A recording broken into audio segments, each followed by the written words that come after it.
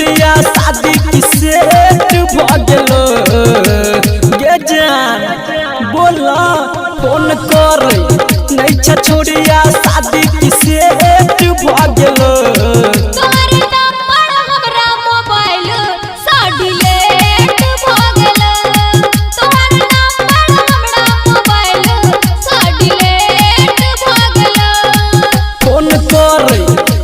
छोड़िया शादी की सेट भगलो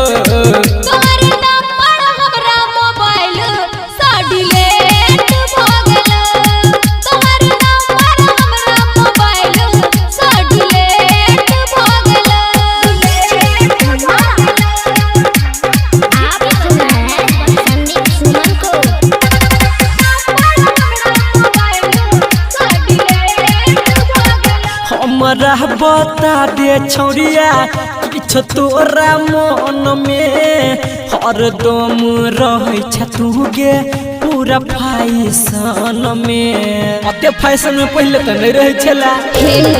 सुन रे छौरा तोई एना नई बाज रे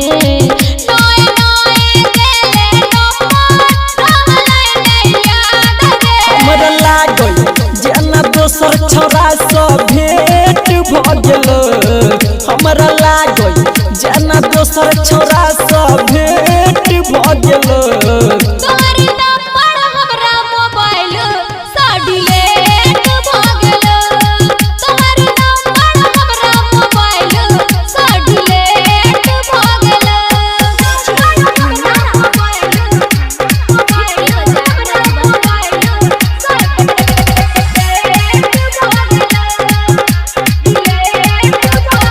हमरा किया ठकै छौरी चलै छ दोसर से सेटिंग गे